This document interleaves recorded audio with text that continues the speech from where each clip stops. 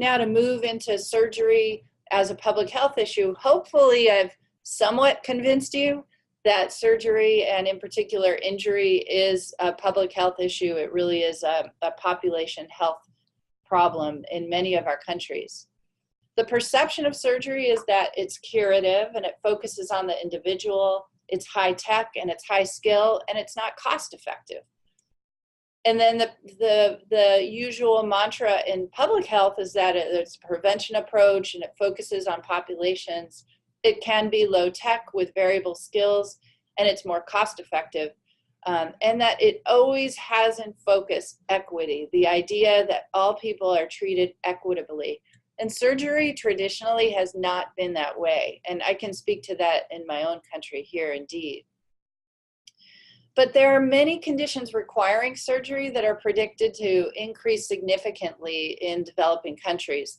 And in particular, you take, for example, a 25-year-old man who has an inguinal hernia.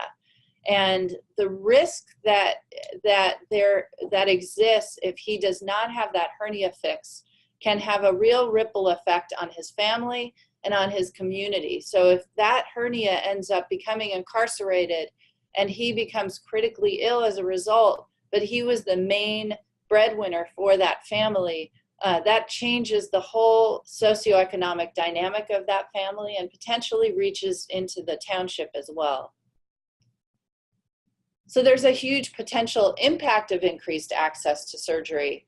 There are about 235 million major surgical procedures worldwide, but 30% of the population undergoes 74% of these procedures. So in other words, the poorest third receive only 3.5% of surgical care. And this particular study was done from one of the trauma surgeons at Stanford, Tom Weiser. The global burden of surgical disease, well, you may actually recognize these signs are in Cameroon. Hopefully they're still there. And so Africa itself has the highest ratio of surgical disability adjusted life years per 1,000 people. There are 25 million disability adjusted life years total, and 38 disability adjusted life years per 1,000 in the population. That's how many are lost yearly. Quite a significant amount.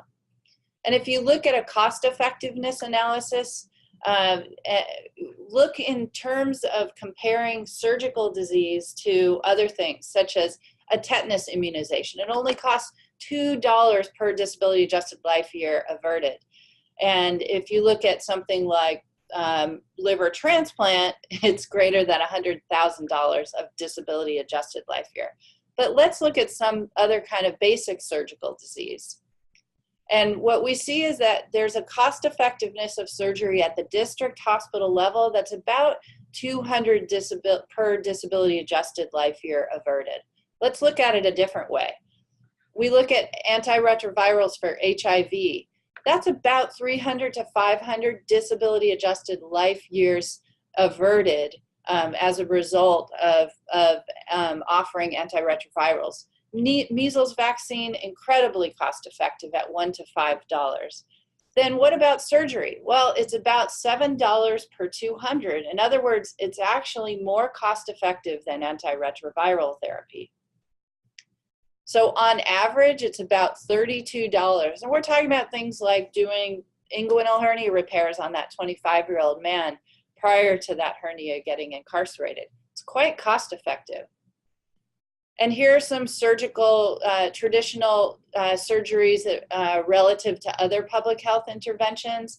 And so general surgical procedures relative to, again, say, antiretroviral therapy or beta blockers for ischemic heart disease. Again, it seems that general surgical procedures such as inguinal hernias are actually quite cost effective. So public health and surgery are not necessarily at the opposite ends of the world, pardon the expression, but indeed they should be incorporated, and I'll talk a little bit more about how that might look. So our challenges in injury surveillance are that if we look at it, it can be a little overwhelming.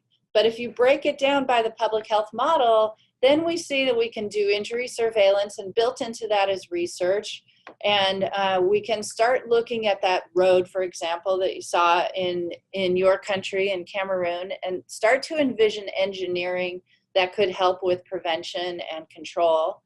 And then also starting to look, as we do this research and surveillance and understand the impact of our injury, you can start to influence policy and do some advocacy with ministries of health, finance, transportation, and some of the NGOs as well. And evaluation should be a core part of whatever we're doing, whether that is quality improvement in our hospitals to provide surgical care, or whether that's understanding how to evaluate an injury prevention program. So it's always woven into all of this. This is not step 1, 2, 3, 4. It really is all kind of coalesced into an effort that has to be comprehensive. Why are injuries relevant at all? We started to talk about that in terms of disability adjusted life years, and I'll go through that a little bit more. There is a huge societal burden of disease from surgery that I think I've already started to introduce to you. And if we look just in terms of a public health perspective, we see that if we just look at road traffic injuries, and you notice I don't call them accidents.